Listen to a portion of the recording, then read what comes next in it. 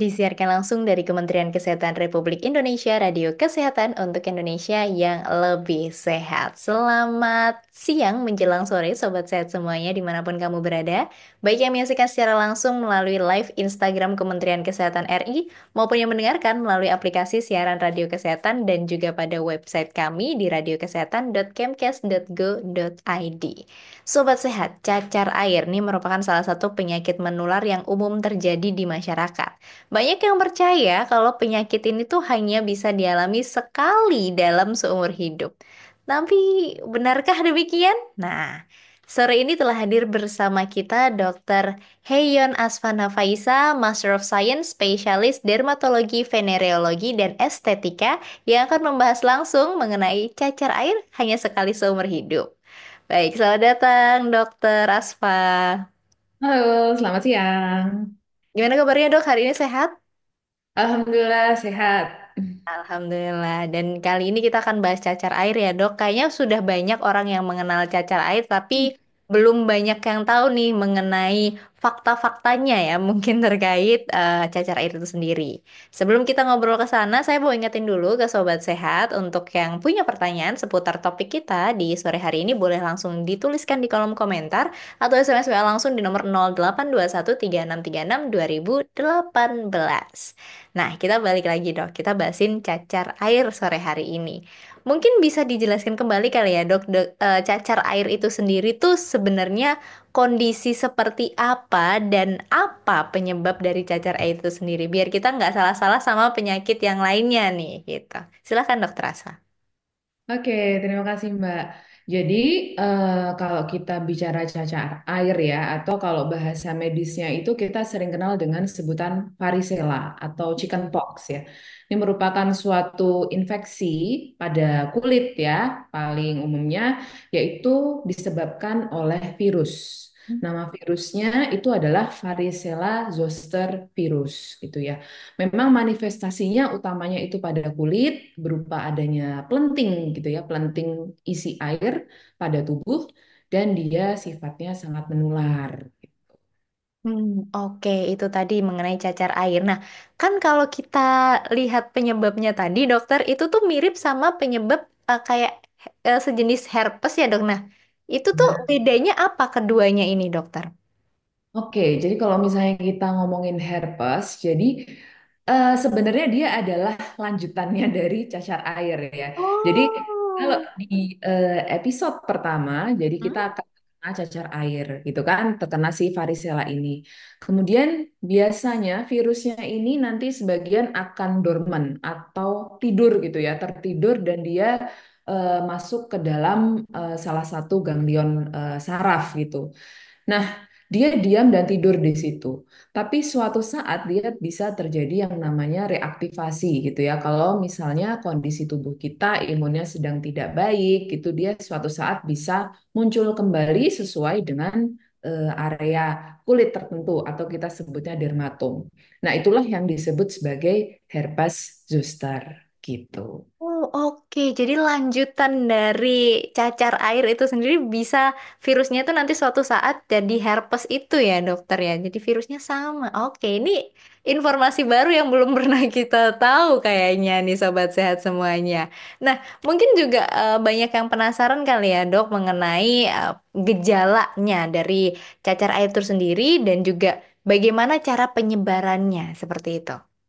Oke, kalau untuk penularannya sendiri ya, jadi dia memang sifatnya airborne. Jadi dia dapat mudah sekali ditularkan melalui droplet dari saluran pernapasan kita, gitu ya. Maupun bisa juga dari kontak langsung dari pecahan pelenting isi air yang ada di tubuh kita itu tadi, gitu. Kalau untuk gejalanya sendiri, biasanya di awal ya teman-teman dia akan muncul yang namanya gejala awalan atau gejala prodromal. Umumnya kurang lebih 2 sampai 3 hari lah gitu. Umumnya pasien ini akan merasakan adanya demam, kemudian tubuhnya terasa tidak enak, adanya nyeri kepala, nafsu makan menurun, sakit tenggorokan, dan lain sebagainya ya. Kemudian baru setelah 3 hari itu akan muncul rash atau ruam pada tubuh. Nah, ruamnya ini khasnya biasanya dia muncul di area seputaran wajah dan kepala terlebih dahulu ya. Wajah dan kepala terlebih dahulu berupa adanya kemerahan, kemudian muncul pelenting isi air tadi yang semakin lama dia bisa menyebar ke hampir seluruh tubuh ya, ke batang tubuh maupun ke tungkai maupun lengan seperti itu. Oke, jadi dia itu sobat sehat sangat bisa menyebar dari apapun ya, dari kontak langsung maupun dari airborne tadi. Dan apa namanya, biasanya kan kalau anak-anak apa kecil ya dokter ya, biasanya temennya satu cacar makanya gampang banget tertular yang lainnya karena itu ya. Oke, dan tertularnya juga bisa dari pelentingan-pelentingan air itu sobat sehat. Seperti itu. Nah, kemudian dokter kita tuh sering dengar cacar yang dialami sama anak-anak gitu, tapi ternyata orang dewasa itu juga ada beberapa kasus yang apa namanya kena gitu, kena si cacar air ini. Padahal kan kalau apa namanya ada orang bilang juga ini sekali seumur hidup gitu. Nah, ini gimana sebenarnya? Apakah ada faktor risiko tertentu kenapa dia bisa terkena sama lebih condong ke anak-anak dan apakah benar itu sekali seumur hidup saja? Sebenarnya episodenya memang umumnya terjadinya satu kali seumur hidup ya. Biasanya kalau misalnya dia terjadi pada dewasa memang karena tidak melakukan vaksin pada masa kanak-kanaknya gitu. Jadi kalau dilihat dari memang sebaran usia, paling banyak yang terkena memang anak-anak ya, karena dia lebih condong menyerang imunitas yang kurang baik gitu. Karena yang namanya virus kan dia lebih mudah untuk menyerang kondisi pada pasien yang imunitasnya kurang baik. Sehingga biasanya banyak pada anak-anak terutama yang belum divaksinasi gitu. Oke. Jadi sebenarnya normalnya sekali seumur hidup ya dokter ya untuk si cacar air ini sendiri. Oh. Betul. Walaupun nanti kayak tadi yang Mbak bilang ya, kalau misalnya dia kan tadi sebagian virusnya itu dia akan tertidur itu tadi. Di usia di atas 50 tahun gitu ya sudah memasuki usia tua seperti itu karena imunitas tubuh kita sudah mulai menurun ataupun jika bisa lebih mudah pada pasien-pasien dengan adanya gangguan imunitas gitu ya yang imunnya tidak baik itu dia bisa muncul tadi yang disebut dengan herpes zoster. Oh, oke. Jadi bukan berupanya beda ya, Dok. Berupanya udah herpes tadi, bukan lagi yang pelentingan-pelentingan menyebar ke seluruh tubuh itu tadi. Oh, Ya. oke, oke, oke. Nah, kalau dari usaha kita tahu bahwasanya ini tuh apakah benar cacar air atau cacar-cacar yang lainnya? Nah, itu gimana, Dok? Adakah pemeriksaan yang perlu kita lakukan untuk mengetahui hal tersebut? Sebenarnya kalau untuk ini cacar air atau bukan, biasanya kalau dari kami itu mendiagnosisnya lebih dari klinis, Mbak.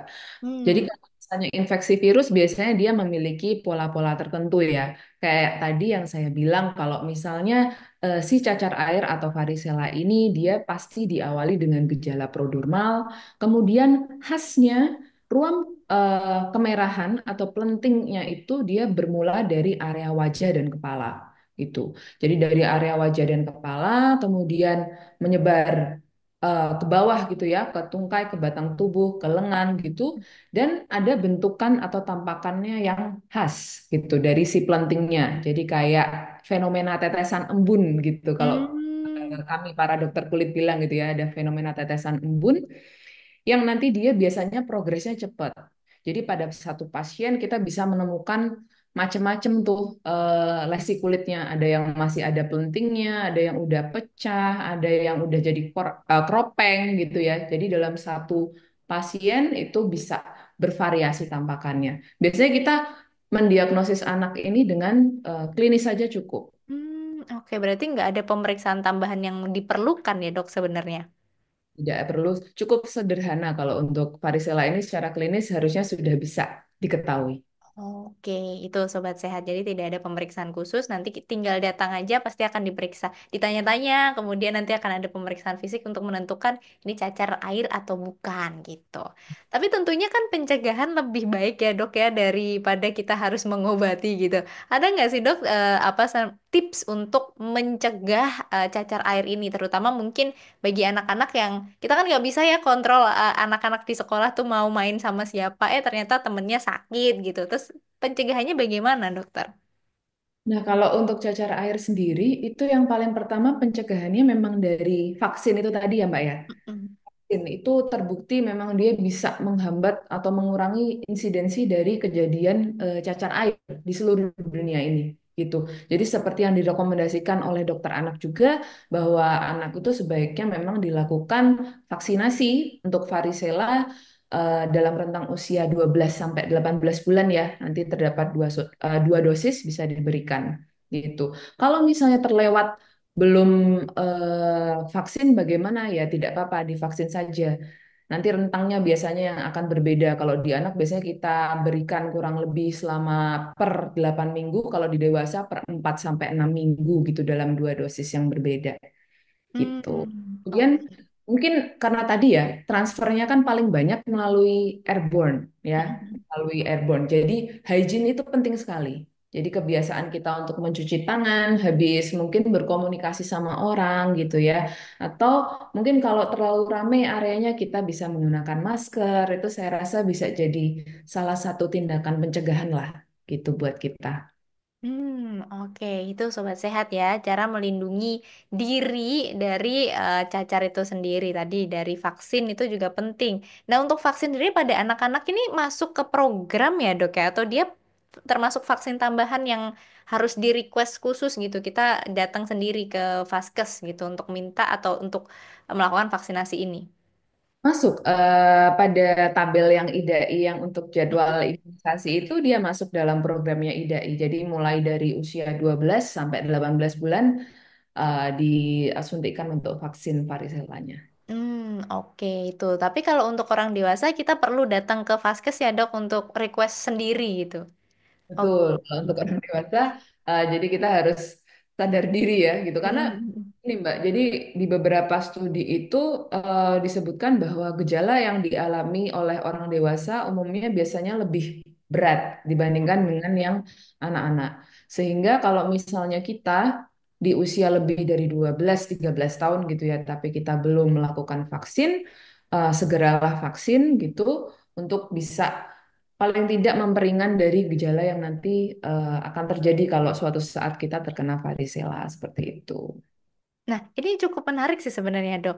Kan kalau kita apa sih selalu bahas mengenai imunitas, anak itu imunitasnya selalu lebih rendah nih daripada orang dewasa. Tapi di kasus ini justru orang dewasa yang nantinya gejalanya lebih parah gitu. Nah, itu kenapa, Dok? Apakah karena balik lagi vaksin tadi atau bagaimana?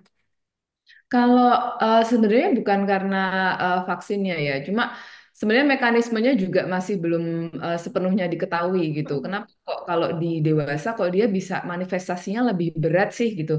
Tapi berdasarkan kumpulan data gitu, memang dikatakan bahwa resiko untuk di pasien dewasa gitu, umumnya dia untuk terjadi adanya komplikasi kayak misalnya pneumonia gitu ya, pneumonia ataupun misalnya radang pada otak ensefalitis, ataupun kayak misalnya karena kita sering menggaruk-garuk jadinya ada infeksi bakteri itu lebih tinggi gitu. Makanya kenapa kok kalau di pasien dewasa biasanya kita memang selalu kita edukasi bahwa bisa berkemungkinan resiko gejalanya akan lebih berat gitu.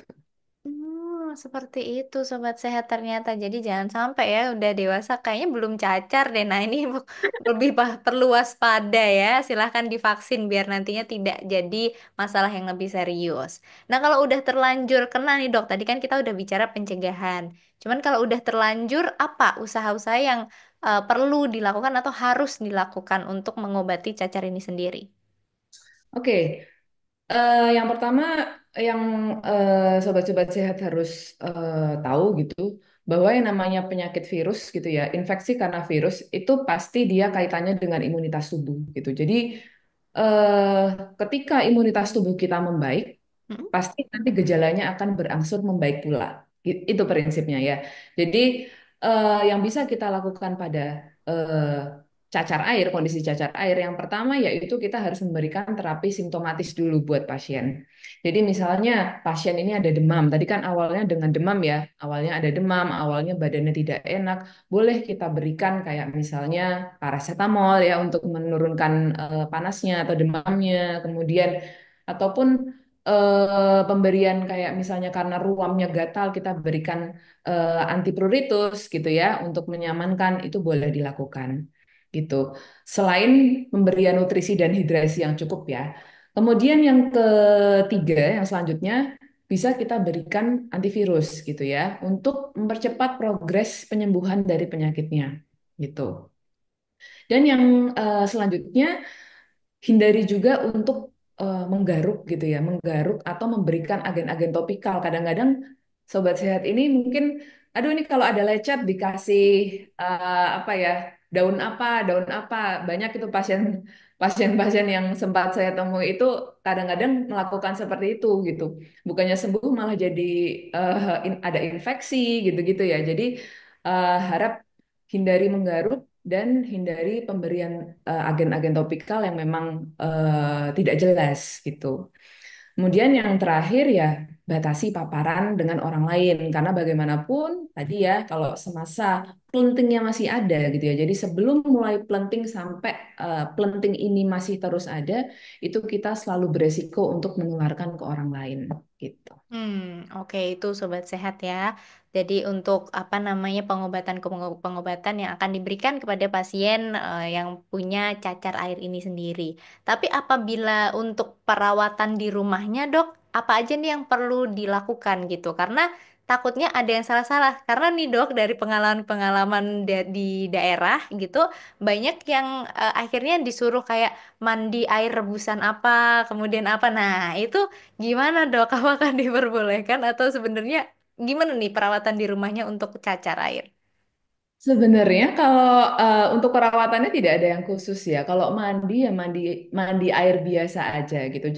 Kita sebagai dokter kulit tidak merekomendasikan untuk memberikan seperti mandi air rebusan daun sirih atau daun-daun yang lainnya ya. Karena itu resiko itu tadi, resiko terjadinya peradangan yang lebih lanjut ataupun nanti misalnya infeksi lebih lanjut gitu. Jadi nanti masalahnya malah double-double gitu. Jadi kita selalu ingatkan yang penting tidak dikelopek-kelopek sendiri gitu ya. Kemudian banyak istirahat, bed rest. Jadi fungsinya di rumah itu harus bed rest. Karena tadi virus itu bisa dilawan kalau imunitas kita bagus. Jadi fokus ke semua hal yang bisa membangun imunitas kita balik lagi seperti semula gitu.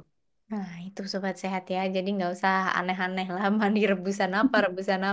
Mandi air biasa. Cuman tadi perawatannya sudah disampaikan juga sama dokter Asfa kan ya. Itu yang perlu dilakukan. Ini sudah ada beberapa pertanyaan dari sobat sehat, Dok. Saya akan bacakan satu persatu ya, Dok. Yang pertama dari Kak wi_ski.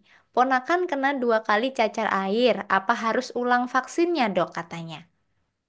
Sebenarnya ini kena 2 kali cacar airnya terdiagnosis benar atau enggak dari dokter? Itu yang harus saya konfirmasi dulu ya, gitu. Karena kadang-kadang gini Mbak, maksudnya pasien mungkin awalnya cacar air gitu ya, kemudian episode keduanya mungkin dia terkena gigitan serangga gitu misalnya ya. Itu bentuknya sama-sama plenting soalnya gitu. Tapi Hmm. kalau mungkin pasien yang apa namanya kurang mengerti gitu mungkin bisa menganggap, oh ini sama-sama penting nih, jadi mungkin ini cacar air lagi nih. Nah, kadang-kadang ada asumsi yang seperti itu. Nah, itulah yang harus kita cari tahu dulu gitu. Apakah benar atau enggak. Baru nanti kita bisa tahu nih langkah selanjutnya apa gitu. Hmm. Oh, Oke. terus. Itu untuk Kak wi_ski ya. Jadi perlu dikonfirmasi dulu nih benar cacar air atau tidak ya. Jadi itu Iya. nanti yang akan menentukan tindakan selanjutnya. Semoga terjawab. Kemudian dari Kak Pink Edik 57. Dok, cara ngilangin bekas cacar gimana dok? Aku kena cacar air 2 minggu yang lalu katanya. Ini kayaknya pertanyaan banyak orang dok. eh, bentuk bekas cacarnya kayak gimana nih, ya kan? Kalau kulit itu luas banget sih emang gitu ya. Jadi bentuk bekas cacarnya seperti apa? Apakah hanya warnanya yang berubah, misalnya jadi ada bercak kecoklatan, ataukah adanya kayak scar atrofi yang kayak bekas dekok-dekok gitu ya? Apa sih? Itu menjorok ke dalam. Itu nanti pasti tentunya dia memerlukan penanganan yang berbeda gitu. Kalau Hmm.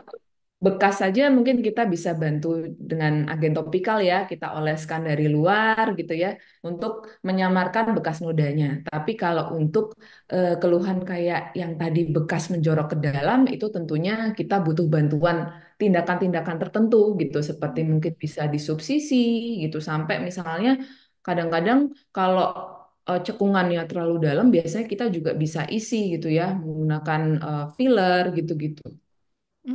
Oke. Jadi tergantung dari bekas lukanya itu seperti apa ya, Dok ya. Tuh. Betul.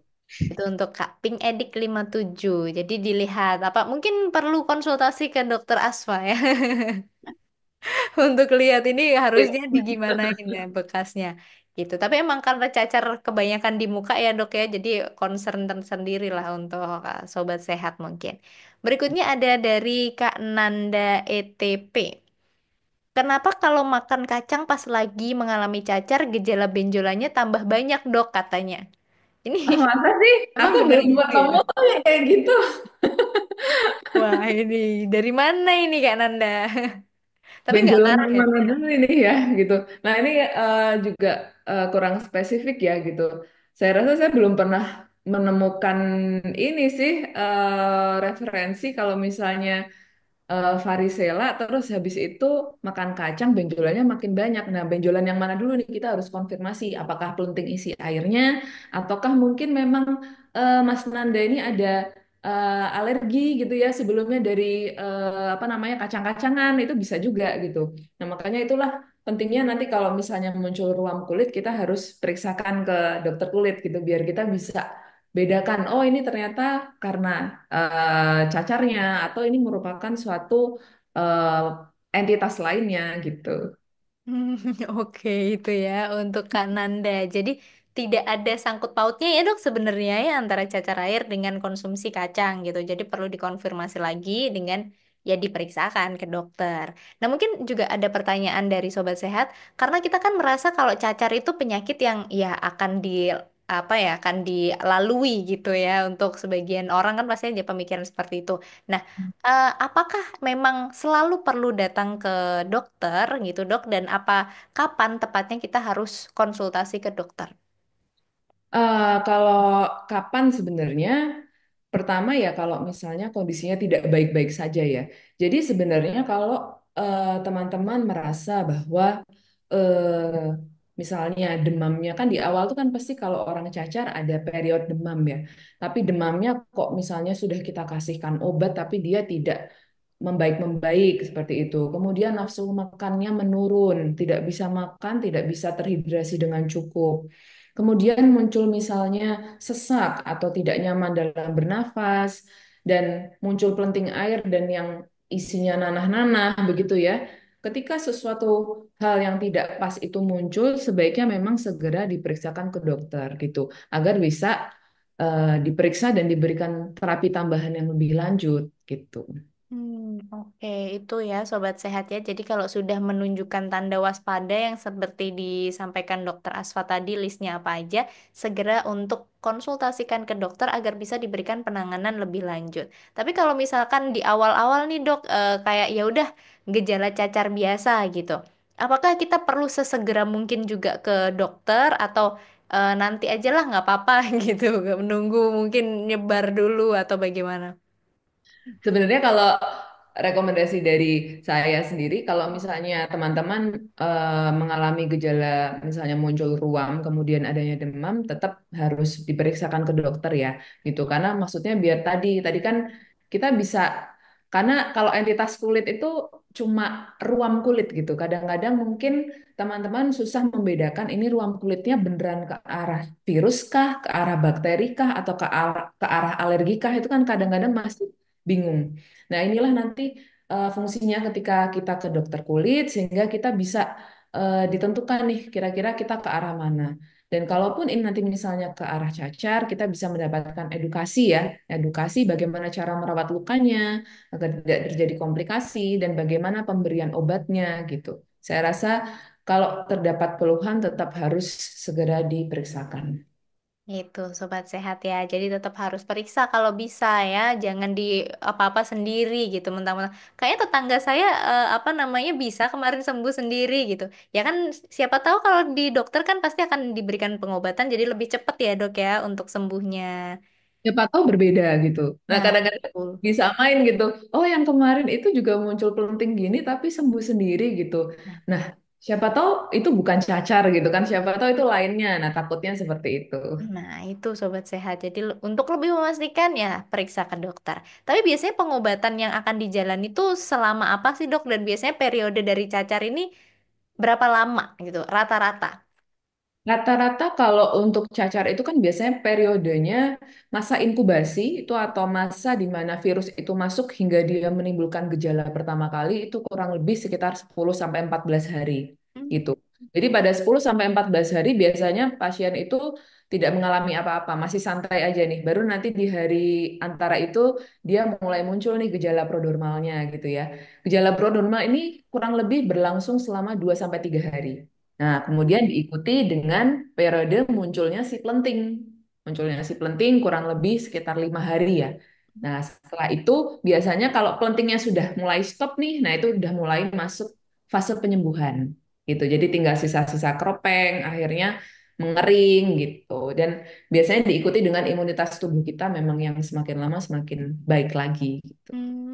Oke, jadi cukup panjang juga ya sebenarnya dok dari inkubasi sampai jadi pelentingan-pelentingan ini. Dan kalau dari awal udah terdeteksi kayaknya akan lebih mudah ya dok ya untuk menanganinya daripada ketika udah banyak gitu. Belum lagi nanti penyembuhan keropek-keropeknya. Jadi sedini mungkin sobat sehat kalau udah ada pelentingan-pelenting mending diperiksakan. Kemudian ada yang tanya dok dari Kak Ana. Dok, bekas cacar saya jadi keloid. Itu gimana ya, Dok? Dari 2016 sampai sekarang nggak hilang-hilang katanya. Ya, jadi di beberapa pasien kadang-kadang memang mengeluhkan ya bekas cacarnya jadi keloid gitu. Memang kalau keloid itu kan memang ada faktor genetiknya ya gitu. Jadi penyembuhannya jadi kurang sempurna sehingga terbentuklah keloid ini gitu. Nah, biasanya kita harus cek dulu nih Mbak, nanti keloidnya ini bentuknya sudah segimana gitu. Apakah bisa kita lakukan tindakan? Biasanya kan kalau untuk terapinya itu kalau keloid sudah cukup lama kita biasanya melakukan injeksi ya pada area apa namanya keloidnya. Injeksi itu suntikan gitu. Kita suntik, kalau bisa mengempes bagus gitu, tapi kalau misalnya tidak, biasanya kita tetap harus melakukan tindakan pembedahan gitu untuk kita ambil, selanjutnya baru nanti kita lakukan penanganan lanjutan gitu. Oke, berarti untuk memastikan mana nih apa namanya tindakan yang cocok, konsultasi dulu ya, Dok ya, untuk menentukannya. Itu untuk Kak Ana, semoga terjawab. Nah, dokter, kita ternyata udah hampir setengah jam nih ngobrolin cacar ya, dan itu tadi pertanyaan dari Sobat Sehat, dan masih ada sebenarnya, Dok, tapi ada beberapa yang sudah terjawab melalui perbincangan kita sebelumnya ya. Mungkin sebelum kita akhiri, dokter, bisa disampaikan pesan sehat ya untuk Sobat Sehat terkait topik kita di sore hari ini. Oke, pesan sehat untuk sobat-sobat sehat ya memang teman-teman di era sekarang ini sebenarnya penyakit cacar air atau varicella ini sudah sangat cukup menurun sekali angka kejadiannya gitu ya. Ini tidak lain tidak bukan karena peran adanya vaksinasi gitu. Jadi vaksinasi ini sungguh sangat membantu pencegahan dari penyakit cacar. Jadi saran saya untuk anak-anak ya sejak anak-anak maupun dewasa yang memang belum melakukan vaksin segeralah vaksin gitu untuk mencegah terjadinya episode cacar air. Kemudian yang kedua, selalu jaga kebersihan diri karena transmisinya utamanya melalui droplet gitu ya, droplet pernafasan maupun dari kontak langsung dari cairannya. Sehingga kebersihan diri harus dijaga. Dan yang terakhir, jangan lupa periksakan ke dokter jika muncul kecurigaan terhadap varicella atau cacar air ini agar dapat ditangani lebih lanjut. Oke, itu tadi Sobat Sehat pesan sehat dari Dokter Asfa dan juga mengenai itu semua informasi terkait cacar air yang sudah disampaikan oleh Dokter Asfa dari awal kita siaran sehat tadi ya. Semoga bermanfaat ya untuk Sobat Sehat semuanya. Kita jadi tahu banyak hal di sore hari ini terkait cacar air dan ternyata itu juga ada hubungannya sama herpes ya. Itu juga baru kita tahu di sore hari ini. Terima kasih banyak Dokter Asfa untuk waktu informasi dan ilmunya di sore hari. Oke, dan terima kasih juga nih untuk sobat sehat semuanya yang sudah antusias ya untuk mendengarkan dan mohon maaf apabila ada pertanyaan-pertanyaan yang belum sempat kita tanyakan karena waktu kita terbatas. Mungkin nanti bisa langsung ke Instagram Dokter Asfa ya, nanti kita juga akan mention. Dan yang baru bergabung jangan berkecil hati, nanti akan ada siaran ulangnya di Instagram Kementerian Kesehatan RI. Itu saja yang mungkin bisa kita sampaikan. Sekali lagi terima kasih Dokter Asfa. Terima kasih. Ya, oke. Dan saya Yura Aurelia, kemudian Dokter Asfa pamit undur diri. Sampai jumpa dan salam sehat.